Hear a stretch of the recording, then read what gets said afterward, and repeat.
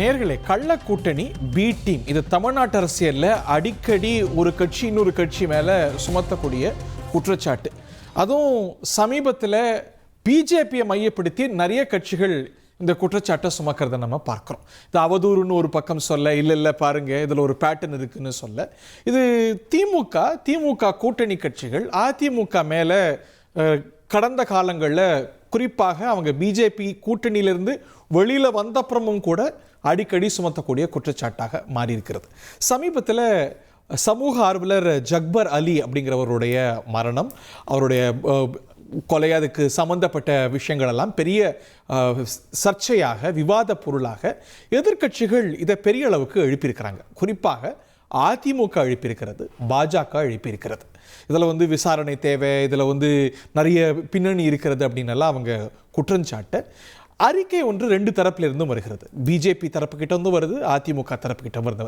திரு எடப்பாடி பழனிசாமியுடைய அறிக்கையும் திரு அண்ணாமலை அறிக்கையும் ஒரே மாதிரி இருக்கு, ஒரே வார்த்தைகளை பயன்படுத்துறாங்கன்னு சொல்லி இவங்க ரெண்டு பேரும் பார்த்தீங்களா பி டீம், கள்ள கூட்டணி என்பது நிரூபணமாகிறது. ஒரே வார்த்தையை போடுறாங்க, தொடர்ந்து இவங்களுடைய செயல்பாடுகள் ஒத்த நிலையில தான் இருக்கிறது. இது இன்னொரு சான்று அப்படின்னு திமுக சொல்லியிருக்கிறது. அமைச்சர் சிவசங்கர் குற்றம் சாட்டியிருக்கிறார். இது தனி நிகழ்வு அல்ல. பல சமீபத்திய நிகழ்வுகளில் நீங்கள் மௌனம் காக்கிறீங்க, பிஜேபியை விமர்சிக்க மாட்டேங்கிறீங்க அப்படின்னு, பிஜேபி சாஃப்ட் கார்னர் உங்களுக்கு இருக்குது அப்படின்னு அதிமுக மீது விமர்சனம் செய்ய, இல்லை நீங்கள் திசை திருப்புறீங்க, இது உங்களுடைய யுக்தி, நாங்கள் கூட்டணி இல்லைன்னு சொல்லிட்டோன்னு அதிமுக தொடர்ந்து சொல்லி வருகிறது. இன்று திரு எடப்பாடி பழனிசாமி சொல்லும் போதும் கூட வேண்டான்னா எங்களுக்கு வேண்டாம், நாங்கள் கூட்டணி இல்லை, இதை பற்றியெல்லாம் பேசுறதுக்கு திமுகவுக்கு அருகதை இல்லை அப்படின்னு பேசியிருக்கிறார். இந்த கள்ள கூட்டணி குற்றச்சாட்டு ஆதாரமா அவதூறா அப்படிங்கிற தலைப்பில் விவாதிக்க போகிறோம். நிகழ்ச்சியில் நம்முடைய மூத்த பத்திரிகையாளர் திரு பிரகாஷ் அவர்கள் இணைகிறார்கள்.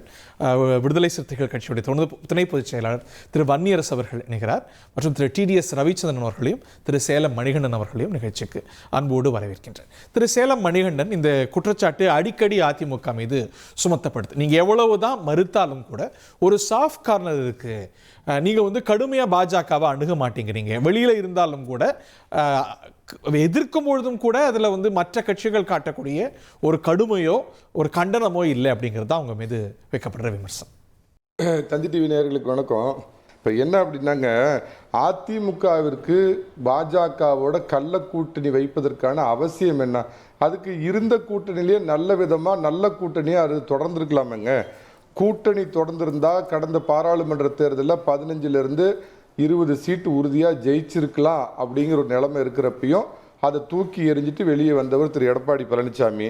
2024 பாராளுமன்ற தேர்தலில் கடைசி கட்டத்தில் என்ன மாதிரியெல்லாம் பிஜேபி இறங்கி வந்து கூட்டணியை மீண்டும் புதுப்பிக்கிறதுக்கு அவங்க என்ன மாதிரியான முயற்சிகள்லாம் எடுத்தாங்கங்கிறப்பையும் கதவை இரும்பு கதவு மாதிரி பட்டுன்னு சாத்தி கூட்டணி கிடையாது அப்படிங்கிறத தீர்க்கமாக திடமாக சொன்னவர் திரு எடப்பாடி பழனிசாமிங்க. சில இன்சைடு இன்ஃபர்மேஷன் பாஜகவில் நடக்கிற விஷயங்கள் எனக்கு தெரியுங்க. அதே மாதிரி அதிமுகவில் நடக்கிற விஷயத்தையும் நான் கூர்ந்து கவனிக்கிறதுனால தெரியும்.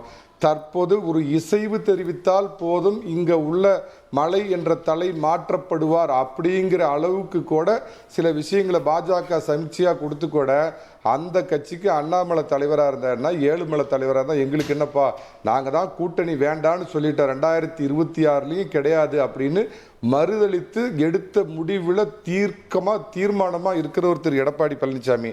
நான் ஒரு வாதத்துக்காக கேட்குறேங்க, அந்த மாதிரி ஒரு கள்ள கூட்டணிலாம் வச்சிருந்தா சில ரெய்டுகளை தவிர்த்திருக்கலாமே. அவருடைய நெருங்கிற உறவினர் வீட்டில் ரெய்டு வந்துச்சு, அதிமுக பிரமுகர்கள் மேலே ரெய்டு வந்துச்சு. அப்போ எதுக்காக ரெய்டு அவங்க வரப்போறாங்க? கள்ள கூட்டணி அப்படிங்கிறது பார்த்தீங்க அப்பெல்லாம் நீங்க என்ன சொன்னீங்க, ரெய்டுக்கும் அரசியலுக்கும் சம்பந்தம் இல்லை, ரெய்டே நடக்கல, இதுல என்ன இருக்கு அப்படின்லாம் சொல்லிட்டு இதுக்கு ஒரு அரசியல் கோணம் இருக்குன்னு பாக்குறீங்களா? இது என்ன காணோம்? அன்னைக்கு ஒன்று சொன்னீங்க, இன்னைக்கு மாத்தி சொல்றீங்க. இல்லைங்க, இல்ல அந்த குறைஞ்சபட்சத்தை கூட ஒரு கள்ள கூட்டணியில இருந்தா தவிர்த்திருக்கலாமே. அந்த வாய்ப்பு வாதமே ஏற்பட்டிருக்காதுங்கிறதுக்காக நான் சொல்ல வர்றாரு. நான் மரியாதைக்குரிய நண்பர் வன்னியரசுக்கு சில கேள்வியை கேட்குறேங்க. கருணாநிதி நாணய வெளியீட்டு விழாவுக்கு ராஜ்நாத் சிங்கை கூட்டிகிட்டு வந்து கருணாநிதி சமாதியை சுத்தி காமிச்சு அவரை முன்னிலைப்படுத்தி இவ்வளவும் பண்ணீங்களா, அந்த கூட்டணிக்கு பேர் என்ன அப்படின்னு கேட்குறேன். அடுத்த வருடம் பார்த்தீங்கன்னா திரு மரியாதைக்குரிய நம்பூதிரிப்பாடு அவர்களுக்கு ஏதோ 100ஆண்டு விழாவோ ஏதோ கேரளாவில் கொண்டாட போகிறாங்க. நான் ஒரு வாதத்துக்காக கேட்குறேன், கம்யூனிஸ்ட் கட்சி மார்க்சிஸ்ட் கம்யூனிஸ்ட் கட்சியோட பினராயி விஜயன் இல்லை இந்திய பிரதமர் அப்படிங்கிற முறையில் நாங்கள் மோடியை அழைக்கிறோம் அப்படின்னு அந்த விழாவுக்கு அவர் கூப்பிடுவாரா? ஒரு நாணய வெளியீட்டு விழா ஏதாவது ஒன்று வச்சுக்கோங்க, பேருக்கு வச்சுக்கோங்க. அப்போ அவங்க கொள்கை பிடிப்பாளர்களா? நீங்கள் இங்கே பார்த்தா எதிர்கட்சியாக இருக்கிறப்ப கருப்பு பலூன் விடுறது, ஆளுங்கட்சியாக இருந்து பிரதமர் மோடி தமிழகத்துக்கு வந்தாருன்னா உலகத்திலேயே எங்கேயும் கிடைக்காத வெள்ளை கொடையை தேடி கண்டுபிடிச்சி வாங்கி கொண்டு போய் அதில் கருப்பை பார்த்தா கூட கோச்சுக்குவார் அப்படின்னு கொடை பிடிக்கிற நீங்கள் வச்சிருக்கிறதுக்கு என்ன? தேசிய கல்விக் கொள்கையை நாங்கள் ஒருபோதும் ஏற்றுக்க மாட்டோம்னு சொல்லிட்டு மேலே இருக்கிற ரேப்பரை மட்டும் கிழிச்சுட்டு இல்லந்தோறும் கல்வி, இது தமிழக அரசு கண்டுபிடித்த கல்வின்னு ஊடாக கொண்டு போயிட்டு இருக்கிறீங்களா? இதுக்கு பேர் நல்ல கூட்டணியா இல்லை கள்ள கூட்டணியா? எந்த மாநிலத்தோட முக்கியமான இது ஒன்று மட்டும் சொல்லிடுறேன். இந்தியாவில் இருக்கிற 30 மாநிலங்களில் எந்த மாநிலத்தோட விளையாட்டுத்துறை அமைச்சரும் நினைச்ச மாத்திரத்தில் உயரிய பதவியில் இருக்கிற இந்திய பிரதமரை போய் பார்க்குறாங்களே, இது இவங்களை தவிர வேற யாருக்காவது சாத்தியம் இருக்குதா? ராஜபக்சேவுக்கு எதிராக தமிழர்களை கொன்றொழித்தவர்னு தொண்டை கிளியை கத்திட்டு அதே தொண்டை முட்டை போய் ராஜபக்சேட்ட போய் சாப்பிட்டு பரிசு பொருள் வாங்கிட்டு வந்த உங்களுக்கும் ராஜபக்சேவுக்கும் கள்ள கூட்டணின்னு சொன்னால் ஏற்றுக்குவீங்களா? அதாவது பாரதிய ஜனதாவுக்கும் அண்ணா திராவிட முன்னேற்ற கழகத்திற்கும் கள்ள கூட்டணி அப்படிங்கிறத நான் ஏற்றுக்க மாட்டேன். ஏற்றுக்கல. அது கூட்டணியில் தான் இருக்கிறாங்க. அது என்ன கள்ள கூட்டணி நல்ல கூட்டணி அப்படின்னா அவங்க கூட்டணியில் தான் இருக்கிறாங்க. அதனால் கள்ள கூட்டணி அப்படின்னு சொல்லி நான் அதிமுக அவமானப்படுத்த விரும்பலை. எப்படின்னு சொல்கிறேங்க இல்லைங்க, ஒரு கூட்டணியில் இருக்கிறாங்க அப்படின்னா அவங்களுடைய கொள்கை சார்ந்த எல்லா செயல்பாடுகளையும் மசோதாக்களையும் எல்லாத்தையும் நீங்கள் ஆதரித்து வாக்களிப்பாங்க. கடந்த டிசம்பர் 17, 2024 ஒரே நாடு ஒரே தேர்தல் மசோதா கொண்டு வர்றாங்க. அப்போ அந்த கொண்டு வரும் பொழுது உண்மையாகவே அதிமுகவுக்கும் பாஜகவுக்கும் எந்த முரண்பாடு, எந்த கொள்கை ரீதியாக உடன்பாடு இல்லை, 2 பேருக்கும் ஏழாம் பொருத்தமாக இருக்குது, 2 பேருக்கும் முரண்பாடு இருக்குது அப்படின்னா அதை ஆதரித்து வாக்களிப்பார்களா, எதிர்த்து வாக்களிப்பார்களா? நான் பதில் கேள்வி கேட்குறேன். இடபிள்யூஎஸ்ன்னு ஒன்று கொண்டு வந்தது பாஜக கொண்டு வந்தாங்க. உங்களுக்கு அதிலலாம் எவ்வளோ கடுமையான நிலைப்பாடு இருக்குது. ஆனால் கம்யூனிஸ்ட் கட்சி ஆதரிச்சு வாக்களிச்சா ஏச்சு வாக்கு நாங்கள் உடனே நாங்கள் கம்யூனிஸ்ட் பிஜேபி கூட்டணின்னு சொல்ல போறீங்க. அதை நான் அதாவது ஒரு செயல் திட்டத்தை கொண்டு வர்றாங்கன்னு வச்சுக்கோங்க, பொருளாதார அளவுகள் அடிப்படையில் அவங்களுக்கான மாற்று கருத்து இருக்குது. நாங்கள் அதை ஏற்றுக்கல. நாங்கள் அப்பயே சொன்னோம். அது போல ஒரு நாடு ஒரு தேர்தலில் ஒன்று சொல்கிறீங்க. சரி, ரைட்டு. 2023 ஆகஸ்ட் 7 டில்லி சீர்திருத்த மசோதா அது கொண்டு வர்றாங்க. அப்போ கொண்டு வரும் பொழுது டில்லி சீர்திருத்த மசோதா சாதாரண விஷயம் இல்லாது, அது மாநில உரிமை சம்மந்தப்பட்டது. அந்த ஐஏஎஸ் ஐபிஎஸ் ஆஃபீஸர்ஸை யார் கண்ட்ரோல் பண்ணுறது அப்படிங்கிறத அதனுடைய இது. அது உடனே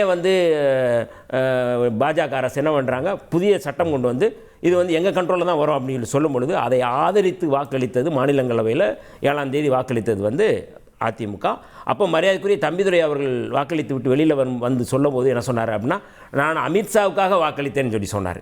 நீங்கள் உண்மையாகவே பாஜகவோடு எங்களுக்கு கூட்டணி இல்லை, ஒட்டு உறவு இல்லை அப்படின்னா கொள்கை ரீதியாகவே நீங்கள் வெளிப்படையாகவே அதை எடுக்கிற முடிவுக்கு நீங்கள் எதிர்ப்பு தெரிவிக்கணும். ஆனால் நீங்கள் அதை எல்லாமே நீங்கள் ஆதரிக்கிறீங்க. அப்போ நீங்கள் அதில் என்ன நீங்கள் உறவு இல்லை, உறவு நாங்கள் உறவு இல்லைன்னு எப்படி நீங்கள் சொல்லுவீங்க? அவங்க வெளியில் வந்துட்டாங்க, கிடையவே கிடையாதுன்னு சொல்லிட்டாங்க. நீங்கள் கூட்டணின்னு அவங்கள அடைக்கிறது உங்கள் விருப்பமாக இருக்கலாம். இருங்க, நான் விருப்பம் என்னுடைய, நாங்கள் நீங்கள் எதிர் திசையில் நிறுத்திட்டீங்க. பாஜக எங்களுக்கு ஒட்டு இல்லை, உறவு இல்லைன்னு நீங்கள் சொல்கிறீங்க, கூட்டணி இல்லைன்றீங்க. ஆனால் அவங்க கொண்டு வர மசோதாவை நீங்கள் எதுக்கு ஆதரிக்கிறீங்கன்னு நான் கேட்குறேன். ஒன்று. ரெண்டாவது, தமிழ்நாட்டு நீங்கள் டெல்லியில் விடுங்க, நீங்கள் குடியுரிமை விவகாரம் கேட்குறாரு. எப்படி என்ஐஏ விவகாரம், என்ஐஏ விவகாரத்தில் என்ன சொல்லியிருக்கிறாங்க? என்ஐஏ யார் ஆதரிச்சிருக்கிறாங்க? அதிமுக ஆதரிச்சிருச்சா, எதிர்க்கா? நீங்கள் சொல்லுங்க. திமுக ஆதரிச்சு ஓட்டு போட்டுச்சா? அதாவது நான் சொல்கிறது அதிமுக இருங்க, என்ஐஏ அதிமுக நிலைப்பாடு என்ன? இருங்க, திமுக நிலைப்பாடை சொல்லுங்க. நீங்கள் திமுக நிலைப்பாடு சொல்லுங்க. பாஜக கூட்டணியில இல்லாம இங்க எதிர்த்து களமாடிட்டு டெல்லியில ஆதரிச்சு திமுக என்னைய ஆதரிச்சாங்களா எதிர்த்தாங்களா நீங்க சொல்லுங்க, வாக்களிச்சாங்களான்னு சொல்லுங்க. அதனால அறிவே கேளுங்க, ஆதரிச்சு வாக்கு போட்டாங்களா இல்லையான்னு கேளுங்க. நீங்க தான் சொல்லுங்க. அது நீங்க திசை திருப்புற வேலையை வச்சுக்க. நான் வெளிப்படையா சொல்றேன், என்ஐஏ சட்டத்துக்கு திமுக எதிர்க்கட்சின்னு சொல்லிட்டோம். பாஜக கொண்டு வந்தது ஆதரித்த திமுக கள்ள கூட்டணியா, எதிர்த்து நிற்கிற அதிமுக கள்ள கூட்டணியா? இல்ல, நான் கேட்ட கேள்வி குடியுரிமை திருத்த சட்டத்தை அதிமுக ஆதரிச்சதா எதிர்த்ததா? என்ஐஏவை அதிமுக ஆதரிச்சதா எதிர்த்ததா? அது சொல்லுங்க. நீங்க அதிமுக நிலைப்பாடு என்ன? திமுகவுடைய கூட்டணி தோழமை சுட்டுதல் நண்பர் திமுகவோட நிலைப்பாடு எப்படி நியாயப்படுத்துறீங்க? காட்டுங்க, நீங்க வாக்களிச்சாருங்க. என்னைய வந்து நீங்க ஆதரிச்சாங்களா இல்லையான்னு கேளுங்க. ஜெயலலிதா அம்மையார் வந்து இருக்கும் பொழுது ஒரு திரு மணிகண்டன் அவர்கள் கொஞ்சம் இருங்க. மரியாதைக்குரிய ஜெயலலிதா அம்மையார் இருக்கும் பொழுது தமிழ்நாட்டில் என்ஐஏ அலுவலகம் திறக்கப்பட மாட்டாதுன்னு சொன்னாங்க. ஆனால் எடப்பாடி அவர்கள் வந்தவுடனே என்ஐஏ அலுவலகத்தை திறந்தார். இது இருக்கா இல்லையா நீங்க சொல்லுங்க. அவங்க வந்ததுக்கு அப்புறம் தான் என்ஐஏ அலுவலகம் திறக்கப்பட்டது. ஆர்எஸ்எஸ் இயக்கத்தை புகழ்ந்து பாராட்டின கருணாநிதி தான் ஒரு காலத்துல எதிர்த்தவர் பின்னாடி பாராட்டினாரு. ஆர்எஸ்எஸ் ஒரு கட்டுப்பாடான இயக்கம், தீகா மாதிரியான ஒரு சமூக இயக்கம்னு ஆர்எஸ்எஸ் பாராட்டினாரு. நீங்க அவர் பேச சொல்லுங்க. நான் அதாவது நீங்க பேசும்போது நான் ஒரு வார்த்தை கூட நாங்கள் வந்து முனங்கள் கூட இல்லை என்கிட்ட. ஒரு நாகரிகத்தை கடைப்பிடிங்க. நீங்கள் ஒரு மூத்தவர், ஒரு பெரியவங்க, நீங்கள் வந்து நீங்களே இப்படி அநாகரிகமாக நீங்கள் பேசும்போது நான் என்ன பேச முடியும்? நான் கேட்ட கேள்விகளுக்கு ஒன்றா நீங்கள் முடிஞ்சதுக்கப்புறம் பதில் சொல்லுங்கள். உங்களுக்கு இடம் கொடுப்பாரு, நேரம் கொடுப்பாங்க. தயவுசெய்து கொஞ்சம் ஒத்துழைப்பு கொடுங்க. இப்போ இந்த விஷயங்களை நான் சொல்கிறேன். இந்த வாக்களித்தது விவரமாக சொல்கிறோம். தமிழ்நாட்டில் தேசிய கீதம் அவமதிச்சிட்டாங்க, இல்லை தமிழ் தாய் வாழ்த்து பாடலை அப்படின்னு சொல்லி ஆளுநர் வந்து போகிறாரு.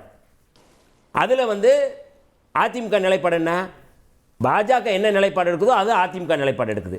கள்ளக்குறிச்சியில் வந்து நீங்கள் வந்து கள்ளச்சாராய சாவுகள் குறித்து அவர் வந்து ஜூன் 24 வந்து மரியாதைக்குரிய அண்ணாமலை அவருக்கு போய் சந்திக்கிறாரு. மறுநாள் இவர் போய் சந்திக்கிறாரு. அவர் என்ன ஸ்டேட்மெண்ட் கொடுத்தாரோ அதே ஸ்டேட்மெண்ட் அவர் கொடுக்குறாரு. அப்போ எப்படி வந்து நீங்கள் வந்து ஒரு கொஞ்சமாவது வந்து எதிர்க்கட்சி ஒரு நீண்ட காலமாக வந்து இங்கே தமிழ்நாட்டை ஆண்ட கட்சி, ஆளும் கட்சி, அப்படி ஆண்ட கட்சியாக இருந்த ஒரு அதிமுக நீங்கள் முழுக்க வந்து அண்ணாமலை அவருடைய அறிக்கை அல்லது வந்து நீங்கள் வந்து இந்த வார்த்தை நான் திரு மணிகண்டன் வைக்கணும்னு நினைக்கிறேன். மற்றவங்கள்ட்டையும் போகணும். மணிகண்டன் சுருக்கமாக அதுக்கு எதிர்கொள்ளுங்க. இப்போ இதை கூட விட்டுருங்க. இந்த ஜக்பர் அலி விவகாரம் அப்படிங்கிறது ஒரு சோஷியல் இஷ்யூ. அது வந்து வரி ஒன்றா இருந்தா இல்லையா அப்படிங்கிறத தாண்டி ஐடியாலஜிக்கல் இஷ்யூஸ் இருக்குல்ல. கவர்னர் சார்ந்த விஷயங்கள்ல என்டிஏ கூட்டணியில் இருக்கக்கூடிய பாமக மாதிரியான கட்சிகளே கூட கவர்னர் இன்னும் சென்சிட்டிவா இருக்கணும் அப்படிங்கிறாங்க. அவங்க இன்னும் தமிழ்நாட்டு உணர்வுகளை புரிஞ்சுக்கணுங்கிறாங்க. ஆனால் திரு எடப்பாடி பழனிசாமி என்ன நிலைப்பாடு எடுத்தார்? நீங்க வந்து தீர்மானங்கள்லயே அதிமுக தீர்மானங்கள்லயே மாநில அரசுக்கு கண்டனம், மத்திய அரசுக்கு வலியுறுத்தல், ரெண்டுத்துக்கும் வித்தியாசம் இயல்பா அரசியல் பார்க்கறவங்களுக்கு புரியும் தானே? நான் ஒன்று சொல்லிடுறாரு. அதிமுகவுடைய ஆரம்ப கால டிஎன்ஏவை பார்த்தீங்கன்னாலும் எதுக்கெடுத்தாலும் மத்திய அரசை குறை சொல்றது, தேசிய கட்சிகளை குறை சொல்லி அதில் ஒரு அரசியல் ஆதாயம் தேடுற விஷயத்தை பண்ண மாட்டாங்க. அதிமுக எந்த காலத்திலையும் திரு சென்னாரெட்டிக்கு அம்மாவுக்கும் பிரச்சனை ஏற்பட்ட கூட சென்னாரெட்டியை திரும்ப வாங்குங்கன்னு சொன்னாங்களே ஒழிய கவர்னர் வேண்டாம் அப்படின்னு ஒருபோதும் அதிமுக இந்த காலத்திலேயே கவர்னர் வேண்டாம்னு சொல்ல சொல்லலையே. இல்ல கவர்னர் வேண்டாம்னு சொல்ல சொல்லலையே. அந்த ஆக்ட்ல கூட ஒரு நிலைப்பாடு எடுக்கலையே. என்டிஏ கட்சிகள் கூட எடுத்த நிலைப்பாடு நீங்க எடுக்கலையேங்கிறது தான் கேள்வி. சரி, நான் உங்கள்கிட்ட திருப்பி ஒரு வாதத்துக்கு கேட்குறேங்க. சில விஷயங்கள்ல இந்த கட்சிக்கு துரோகம் பண்ணிட்டு வெளியே போன தினகரன் கூட தான் எடப்பாடி பழனிசாமி அறிக்கை விடுற விஷயத்தை ஆதரிச்சு அறிக்கை விடுறாரு. அப்ப 2 பேரும் என்ன கள்ள கூட்டணி வச்சிருக்காங்களா? மத்திய அரசு அதாவது இந்த அறிக்கையில ஒரு எதிர்கட்சிகளா செயல்படக்கூடிய கட்சிகள் அதிமுகவும் பிஜேபியும் இந்த விஷயத்தை ஏன் அமைச்சர் சிவசங்கர் சொல்றாரு அப்படின்னா, இந்த பாருங்க இந்த திருமயம் விஷயத்துல 2 பேரும் ஒரே வார்த்தைகள்ல அறிக்கை விடுறாங்க அப்படின்னு. அந்த வார்த்தைகள்ல கூட நம்ம பார்க்கலாம். பட் எதிர்கட்சி அரசியல் செய்யறவங்க ஒரு சட்டம் ஒழுங்கு மாதிரியான விஷயங்கள்ல ஒத்த கருத்து எடுப்பது அப்படிங்கிறது கூட்டணி அப்படிங்கிறது பொருளா? எடப்பாடி வந்து அண்ணா பல்கலைக்கழக மேட்டர்ல அவர் வந்து ஒரு வார்த்தையை எடுத்தார். அந்த வார்த்தை எங்களுக்கு ரொம்ப பிடிச்ச வார்த்தை. யார் அந்த சாரா? இல்லை, யார் அந்த சார் கிடையாது. பெண்களை பெற்றவர்களுடைய மனது ரொம்ப கஷ்டப்படுது அப்படின்னு சொன்னார். இப்போ இந்த வார்த்தை தான் வந்து நக்கீரன் கோபால் சார் வந்து பொள்ளாச்சி இஷ்யூவில் வந்து அந்த வார்த்தைகளை வந்து நாங்கள் யூஸ் பண்ணோம். ரொம்ப ஃபேமஸ் டெர்மினாலஜி, அதை அவர் யூஸ் பண்ணுறார். அதே மாதிரி இந்த ஜெகபர் அலி மேட்டரில் பார்த்திங்கன்னா ரொம்ப சேடு. அது கண்ணுக்கு தெரிஞ்சு ஒரு சமூக ஆர்வலரை வந்து லாரி ஏற்றி 2 அட்டம்ப்ட் ஏற்றி கொலை பண்ணி அதை வந்து போர்ட்ரை பண்ணிட்டு போகிறதுன்றது, அவர் அதிமுகவை சார்ந்தவராக இருந்தாலும் இயல்பிலேயே ரொம்ப நல்ல மனுஷனாக இருந்திருக்கார். அவர் ஒரு பர்டிகுலர் ஒரு குவாரி ஆர்ஆர். ஆனால் அதிமுகவை சார்ந்தவராக இருந்தாலும் நல்ல மனுஷன், அதிமுக நல்ல மனுஷங்க இருக்க மாட்டாங்களா? இல்லை, அப்படி நான் சொல்ல வரல. அதிமுகவை சார்ந்தவராக இருந்தாலும் அவர் ரொம்ப இயல்புலேயே ரொம்ப நல்ல மனுஷனாக இருந்திருக்காரு, ரைட்டா? அவர் வந்து ஒரு குவாரியை, ஆர்ஆர் குவாரின்னு ஒரு குவாரியை ரொம்ப கார்னர் பண்ணி பண்ணுறாரு. அது தாசில்தார் வந்து போட்டு கொடுக்குறாரு. கலெக்டர் ஆஃபீஸில் இருக்கக்கூடிய ரெவென்யூ ஆஃபீஸர்ஸ் எல்லாருமே போட்டு கொடுக்குறாங்க. அவரை வந்து 2 அட்டம் பண்ணி கொலை பண்ணுறாங்க. அதை வந்து பண்ணுறதுன்றது வந்து ரொம்ப, அதை கேட்கறது எதிர்க்கட்சி தலைவரோட பொறுப்பு இல்லையா? அது பிஜேபி தலைவரும் கேட்டா 2 பேரும் ஒரே மாதிரி கேட்குறீங்க. அது கேட்குற எடப்பாடியோடைய ஸ்டேட்மெண்ட் வந்து நான் சப்போர்ட் பண்ணுறேன், மனதார சப்போர்ட் பண்ணுறேன்.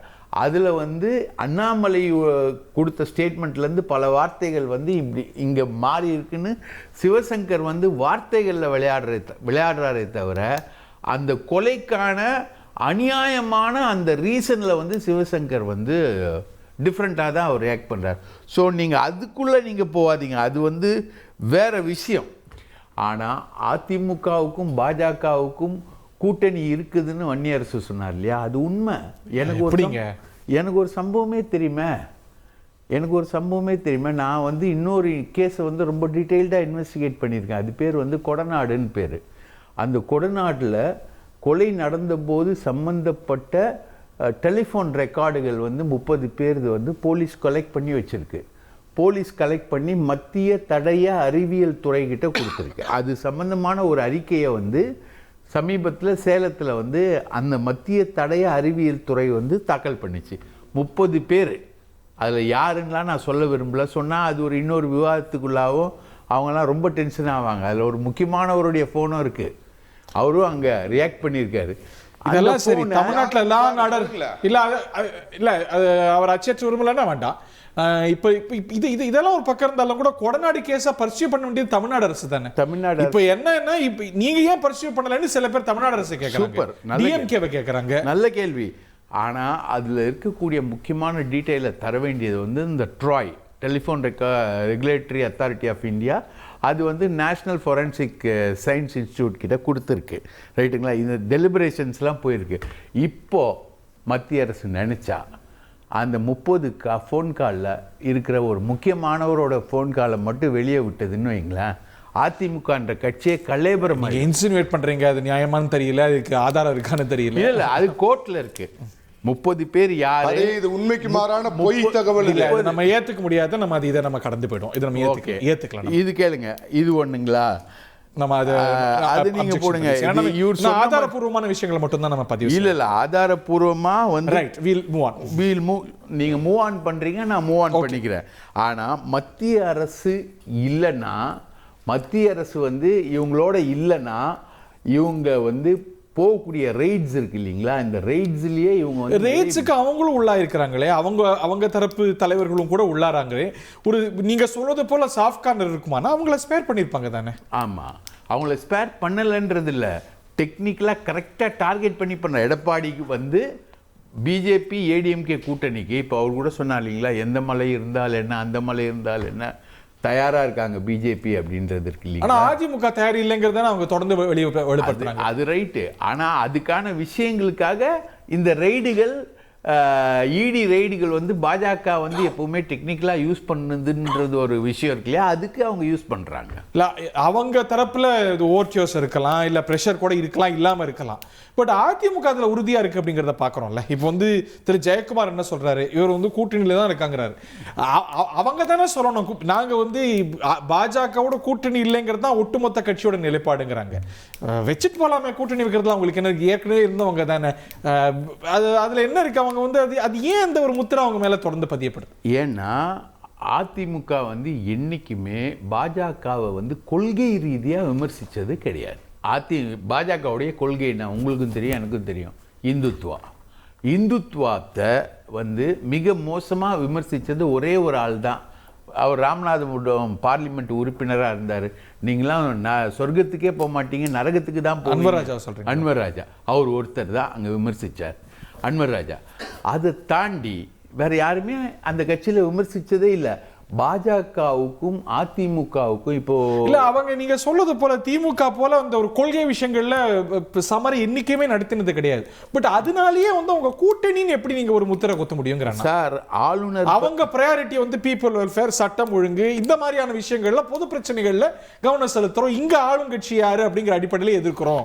நாங்க மாநில அரசியல் செய்யறோம். சரிங்க சார், நான் ஒரே ஒரு கேள்வி ஃபைனலா கேட்டுறேன் சார். இருமொழி கொள்கைன்றது திமுகவுக்கும் அதிமுகவுக்கும் காமனான கொள்கை. உண்மைதான், ரைட்டுங்களா? அண்ணா வந்து கையாண்ட பல விஷயங்கள் வந்து திமுகவுக்கும் அதிமுகவுக்கும் காமனான கொள்கை. நாட்டுக்கு ஆட்டுக்கு தாடியும் நாட்டுக்கு கவர்னரும் வேண்டாம் அப்படின்றது அண்ணாவுடைய ஃபேமஸான பொன்மொழியா, ஃபேமஸான நிலையா? இது வரைக்கும் நீங்கள் கூட்டணி இல்லைன்னா இன்னைக்கு வரைக்கும் ஆளுநர் விவகாரத்தில், ஆளுநர் சட்டமன்றத்தில் அவர் மரபு மீறி நடந்து எடப்பாடி பழனிசாமி அவர்களை விட்டுருங்க, எம்ஜிஆரே ஆட்டுக்கு தாடி நாட்டுக்கு கவர்னர் தேவையில்லைங்கிறத என்டாஸ் பண்ணிருக்கிறாரா? ஜெயலலிதாவும் அதுதான் அந்த கட்சியோட டிஎன்ஏவா இருந்திருக்கு. அவங்க அதுக்குள்ள போகாம மாநில அரசியல் தப்பா சொல்றாரு அவரு. சென்னாரெட்டியை எதிர்க்கும் போது ஜெயலலிதா பேசிய பேச்சுக்கெல்லாம் வந்து ரொம்ப என்னிடம் தவறாக நடக்க முயன்றார், இந்த வார்த்தை பதிவாயிருக்குங்க. என்னிடம் தவறாக நடக்க முயன்றார் அப்படின்ற வார்த்தை ரெக்கார்ட்ல பதிவான வார்த்தை. இப்ப கேள்வி வந்து அவங்க வந்து இந்த பொசிஷன்ஸ் திடீர்னு இன்னைக்கு மாத்திக்கலையே. அவங்க அதுக்காக பிஜேபியோட கூட்டணி அன்னைக்கு காங்கிரஸ் தான் பிரதான கட்சியாக இருந்தது. ஸோ ஐடியாலஜிக்கல் விஷயங்கள்ல அவங்க திமுக அளவுக்கு தீவிரமா இல்லாம இருந்திருக்கலாம். ஆனா பீப்புள் வெல்ஃபேர், மக்கள் பிரச்சனைகள் அப்படின்னு வரும்போது அவங்க வந்து மாநில அரசு எதிர்க்கிறாங்க. அதனால பிஜேபி ஆதரவுன்னு சொல்லிட முடியும். சிஏ மக்கள் விரோதமா மக்கள் ஆதரவா? சிஏ மக்கள் விரோதம், அவங்க கிட்ட டோட்டல் இப்போ வக்ஃபு, இப்போ பெண்டிங்கில் இருக்கக்கூடிய வக்ஃபு ப்ராப்பர்ட்டி இது இருக்கு இல்லையா, சட்டம், அதில் இருக்கு ஒரே நாடு ஒரே தேர்தல்.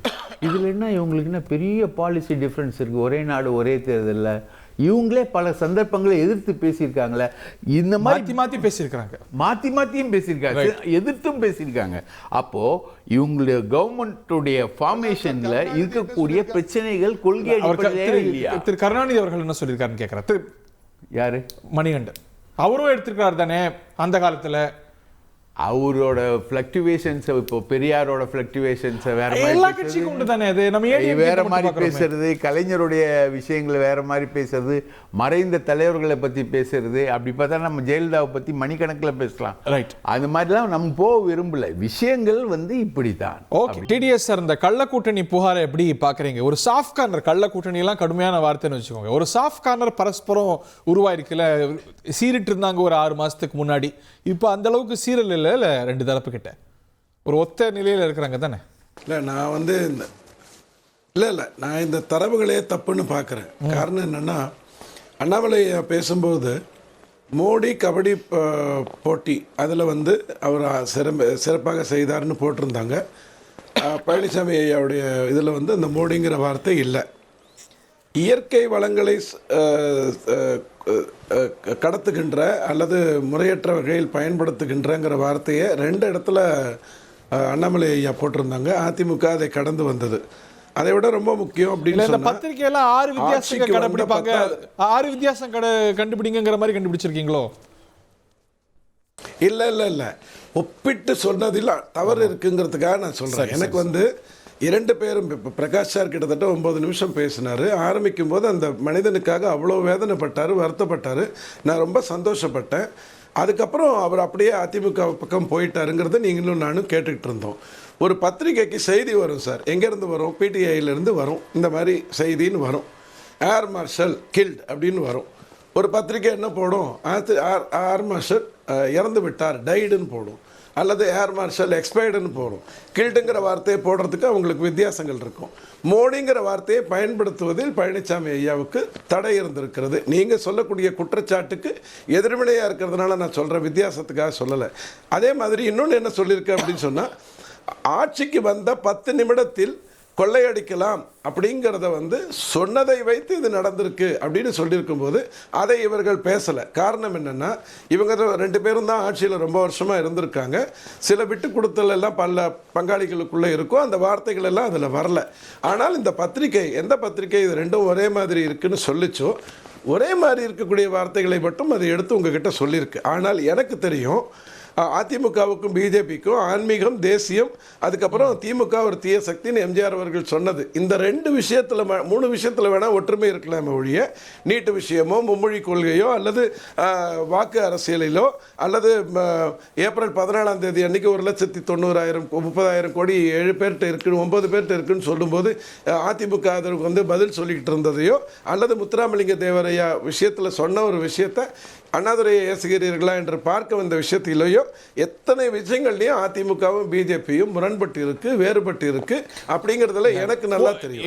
அரசியல் தலைவர்கள் தொடர்ந்து சொல்றது போல ஒரே கொள்கை இருந்தா எல்லாம் ஒரே கட்சியா இருந்துட முடியும்.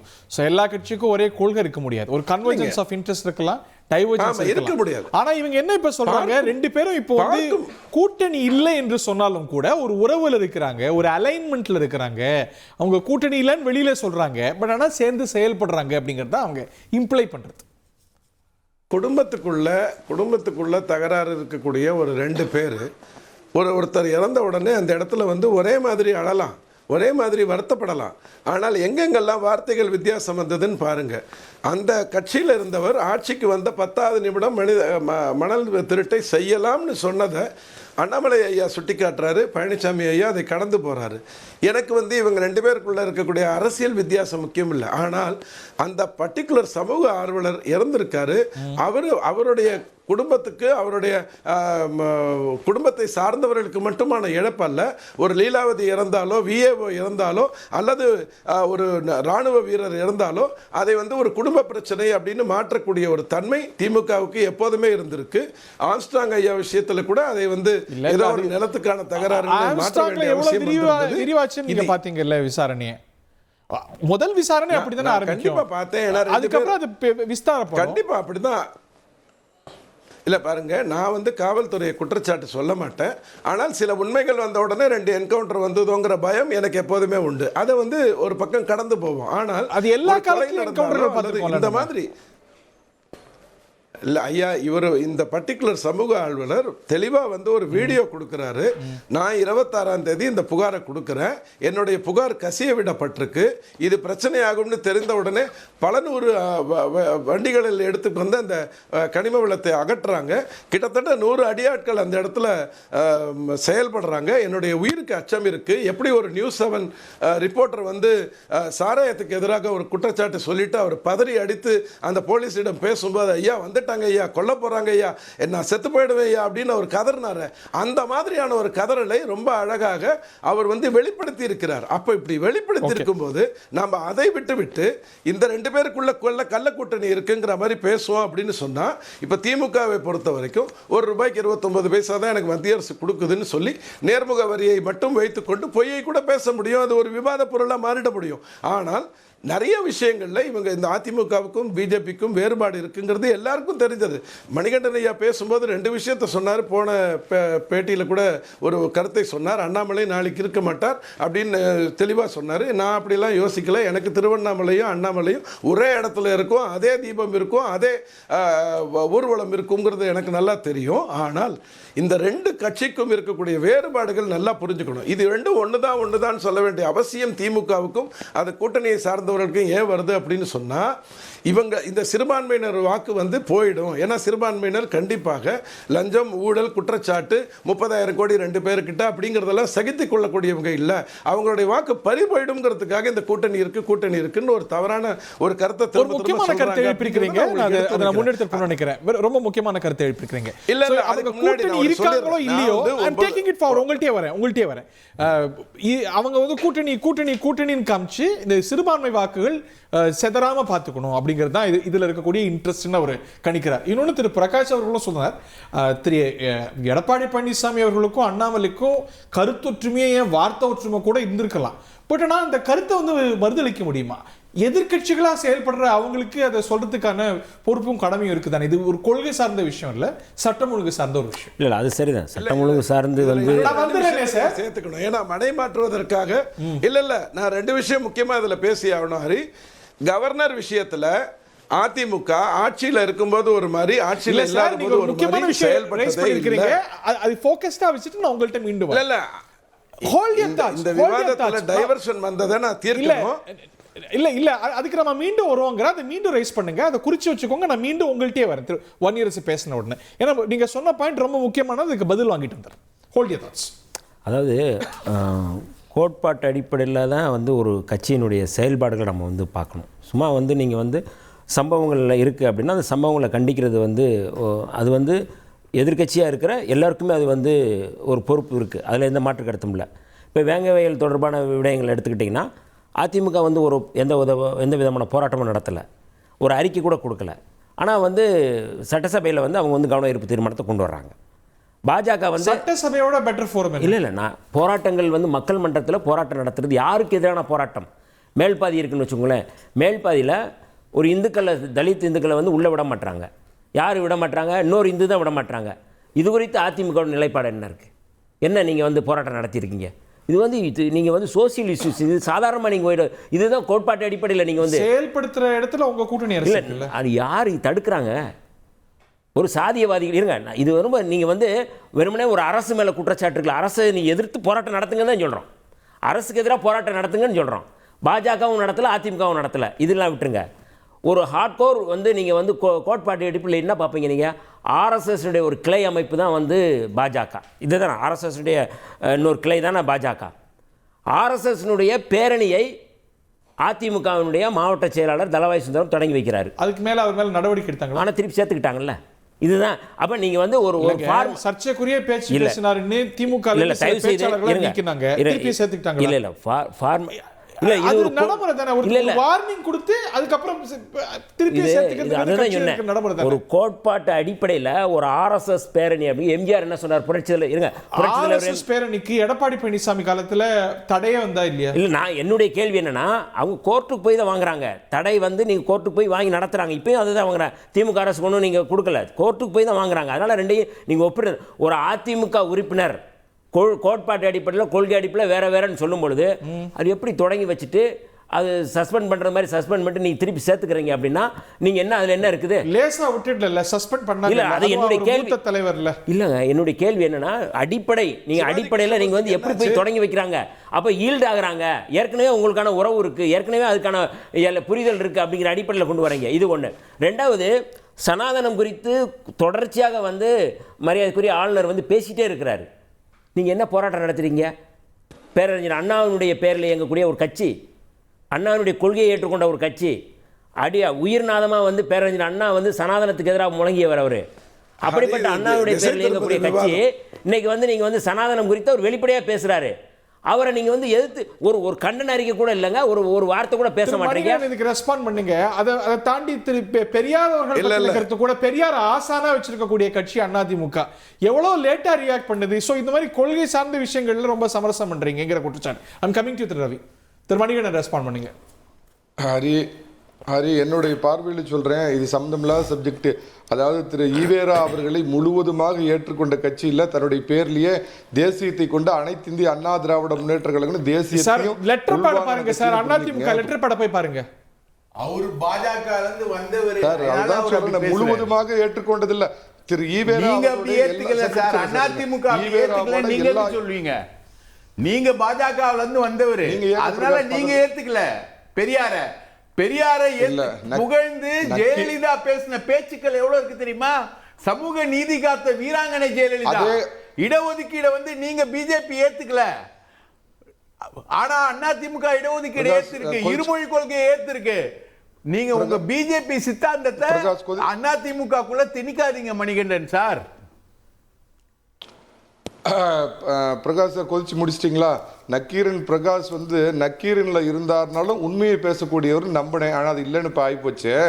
அதே வந்து ராமர் கோயில் அயோத்தியில் கட்ட முடியாமல் ஆப்கானிஸ்தான்லயா கட்ட முடியும் அப்படின்னு கேட்டவங்க புரட்சி தலைவி, அதே மாதிரி இங்கிருந்து செங்கல்கள் அனுப்பி வச்சு எல்லா மதத்துக்கும் சம்மதமா அந்த மாதிரி நடவடிக்கை அம்மா எடுத்தாங்க. நான் திரு ரவிக்குமார் கேட்டதுக்கு வரேங்க. கோட்பாடுன்னு ரொம்ப வலியுறுத்தி சொன்னார். ரொம்ப நியாயமான விஷயம். 2002 எந்த அடிப்படையில் பிஜேபியோட திமுகவோட சேர்ந்து நீங்க கூட்டணியில் இருந்தீங்கன்னு கொஞ்சம் தெளிவுபடுத்த முடியுங்களா? குறைந்தபட்ச செயல் திட்டம், காமன் மினிமம் புரோகிராம். ஆமா, அப்ப இன்னைக்கு எதிர் இது சனாதன நீங்க சொன்னீங்கல்ல ராமர் கோவில் 370 இதெல்லாம் விலக்கினது தான் அந்த காமன் மினிமம் புரோகிராம். சார் அந்த குஜராத் கலவரம்னு இவங்களால ஊதி பெரிதாக்கப்பட்ட அந்த இந்த கூட்டணியில இவங்க இருந்தவங்க அப்படிங்கறத நான் சொல்ல விரும்புறேன் சார். இது ஒண்ணு. கட்சியோடைய உள்ளரங்கு கூட்டத்துல பாத்து குஜராத் கலவரம்னு நான் ஒரு தடவை சொன்னாவே 100 தடவை சொன்ன மாதிரி, ஒரு தடவை சொன்னாவே 100 தடவை சொன்ன மாதிரிங்க. அவங்க கட்சியுடைய உள்ளரங்கு கூட்டத்தில் திருமாவளவன் தன் கட்சி தொண்டர்களுக்கு RSS தலைவரை யாராவது பார்த்திருக்கிறீர்களா, இந்த மாவட்டத்தை சேர்ந்த RSS தலைவர் எந்த கூட்டத்திலாவது பங்கேற்கிறாரா, தன்னுடைய முகத்தை வெளியே காட்டிக் கொள்கிறாரா, போட்டோவுக்கு போஸ் கொடுக்கிறாரா, அவங்கள மாதிரி நீங்க இருக்கணும்னு RSS-ஐ புகழ்ந்து தான் கட்சிக்காரங்களை மோட்டிவேட் பண்ணவருங்கிறது ரொம்ப வசதியா மறைஞ்சிடறாருங்க. ஒன்னே ஒன்று சொல்லிடுறாரு, இவங்க பிரச்சனை என்னன்னா இவங்க திரும்ப திரும்ப ஏன் இந்த கள்ள கூட்டணின்னு சொல்றாங்கன்னா, உங்க டிவியில் ஏற்கனவே சொன்ன மாதிரி 7.5 இல்லாத 4.5 ஆண்டு நல்லாட்சி கொடுத்த எடப்பாடி பழனிசாமி 2026 வேணுமா, திராவிட மாடல் என்ற பெயரில் திராவிட மாடல் கொடுத்த ஸ்டாலின் வேணுமாங்கிற கேள்வியை திசை திருப்பறதுக்கு தமிழகத்தில் 3வது 4வது இடத்துல இருக்கிற பாஜகவை உருவகப்படுத்தி பேண பெருமாளாக்கி அதை எல்லாம் பெருசாக்கி ஏதோ பாஜகவுக்கு எதிரான சித்தாந்தம், ஐயா உங்க சட்ட ஒழுங்கு சந்தி சிரிக்குது, வேங்கை வயல் ஊரே சிரிக்குது, பட்டியலினத்தவர் மீது படுகொலை, சட்டம் சிரிக்கும் சந்தி ஒழுங்கு, மாணவர்களுடைய சாதிய கொள்ளை, விவசாயி மீது குன்ற சட்டம், இதை வச்சுதான் 2026 மக்கள் ஓட்டு போடுவாங்களா ஒழிய முடிஞ்சு போன கதை. ஆனா திருப்பி திருப்பி இவங்க அதையே மாத்தி நாடாளுமன்ற தேர்தலில் பிஜேபியோட கூட்டணிங்கிற நரேட்டிவ் எடுப்படும். ஆனா சட்டமன்ற தேர்தலில் வேற நரேட்டிவ் சுருக்குமா. RSS குறித்து RSS வந்து சொல்லி சொல்ற RSS நல்ல அவங்க கேடர்ஸ் எப்படி இருக்கிறாங்கன்னு சொல்கிறேன். முழுமையாக அது கேட்டிருந்தாருன்னு இதை சொல்ல மாட்டேன். அடுத்த வரியிலே சொல்கிறார், RSS ஒரு பயங்கரவாதிகள், இந்த நாட்டில் பல வெடிகுண்டுகள் நடத்தியவர்கள், அவர்கள் வந்து தலைமறைவாக இருந்துட்டு அந்த வேலையில் செய்கிறாங்க அப்படின்னு சொல்கிறாங்க. அதை ஒத்துக்கிறாரா? RSS பயங்கரவாதிகள் சொன்னதை ஒத்துக்கிறீங்களா? அப்படின்னா நீங்க சொல்லுங்க, அதை பத்தி நம்ம பேசுவோம். RSS மாலைகால் குண்டு வெடிப்புல சம்பந்தப்பட்டவங்க, பிரக்யா தாக்கூர் சம்பந்தப்பட்ட இயக்கத்தை சேர்ந்தவங்க, அஜ்மீர் தர்கா குண்டு வெடிப்பு பத்தி பேசுவோமா? நீங்க எல்லாமே நீங்க சொல்லுங்க. இல்ல அவர் சொன்னாரு, எங்க தலைவர் சொன்னாருன்னு சொல்லி சொல்றாரு, அத பிரௌடா சொல்றாரு. அதுக்கு அடுத்த வரி இத சொல்றாரு, RSS வந்து ஒரு பயங்கரவாதிகள் அப்படின்னு சொல்றாரு. அதை பத்தி பேசுவோம். ஓகே திரு பிரகாஷ் சார். வன்னியரசு நான் கேட்கிற கேள்வி உள்வாங்கிக்கங்க.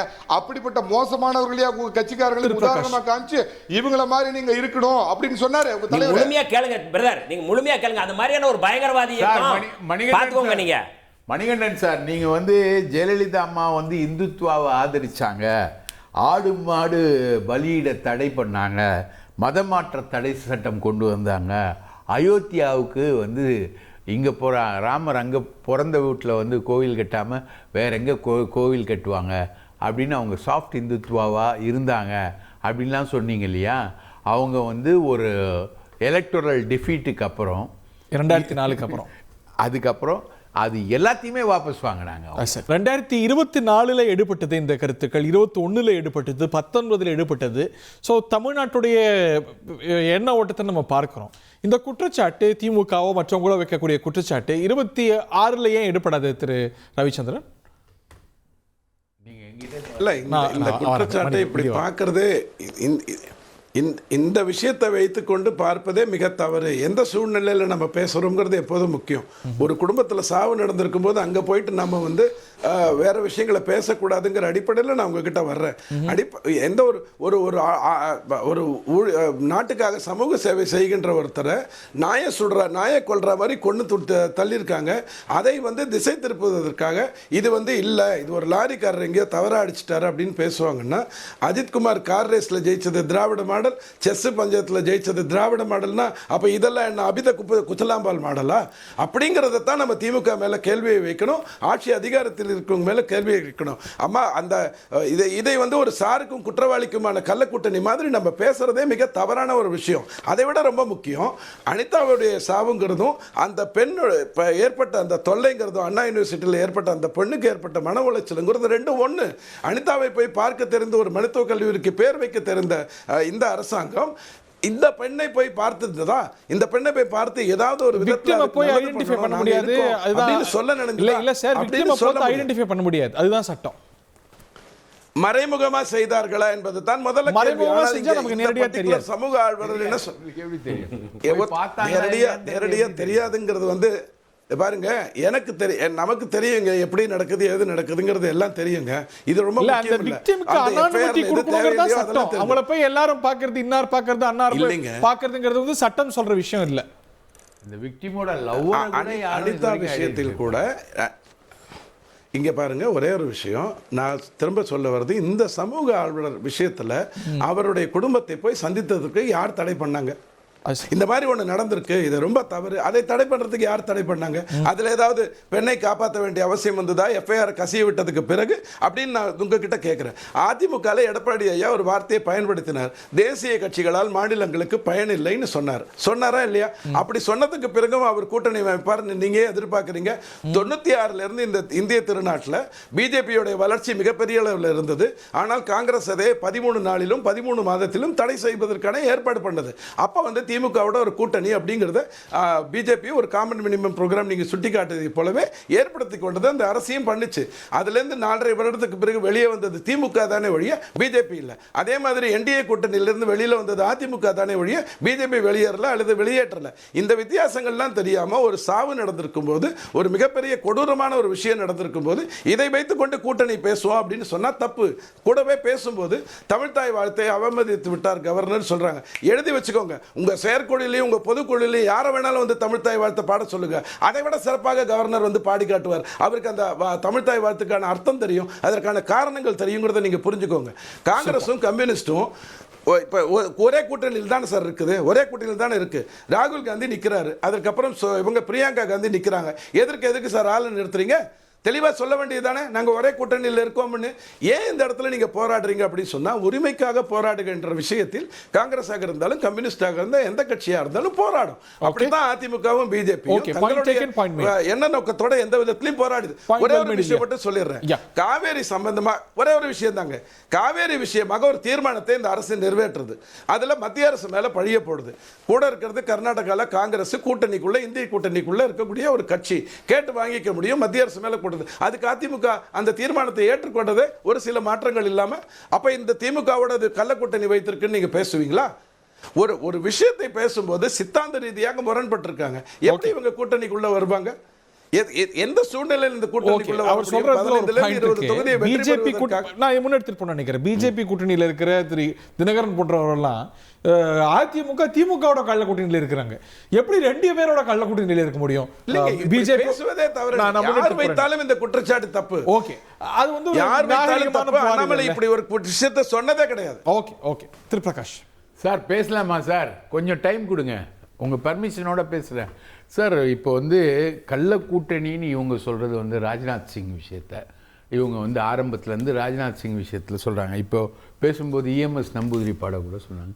இஎம்எஸ் நம்பூதிரிப்பாடு ஒரு கட்சி நிகழ்ச்சி, அது மத்திய அரசு நிகழ்ச்சி இல்லை. ராஜ்நாத் சிங் வந்து மத்திய அரசு நிகழ்ச்சி.